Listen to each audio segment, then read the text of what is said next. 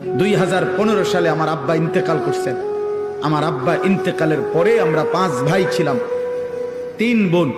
আমরা 5 ভাইয়ের বাড়ি, বিল্ডিং, দালান, আলাদা আলাদা জমি কিনছি, বিল্ডিং করছি, ঘরের সমস্ত ফার্নিচার আমরা বানাইছি। কোনোটাই আমার আব্বা থাকতে ছিল না আমাদের। আমার আব্বা থাকতে আমরা সরকারি একটা লিজ ওয়ালা বাসায় আমার বাবার সাথে আমরা আব্বা মা সহ আমরা থাকতাম। আমরা সরকারি একটা লিজওয়ালা বাড়িতে ছিলাম, ভাঙ্গাচুঙ্গা একটা বাড়িতে ছিলাম। বাবার ওইখানে ইন্তেকাল হয়েছে।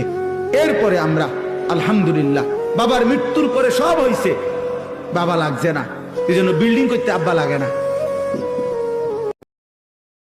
2015 সালে আমার আব্বা ইন্তেকাল করছেন। আমার আব্বা ইন্তেকালের পরে আমরা 5 ভাই ছিলাম, 3 বোন। আমরা 5 ভাইয়ের বাড়ি, বিল্ডিং, দালান, আলাদা আলাদা জমি কিনছি, বিল্ডিং করছি, ঘরের সমস্ত ফার্নিচার আমরা বানাইছি। কোনোটাই আমার আব্বা থাকতে ছিল না আমাদের।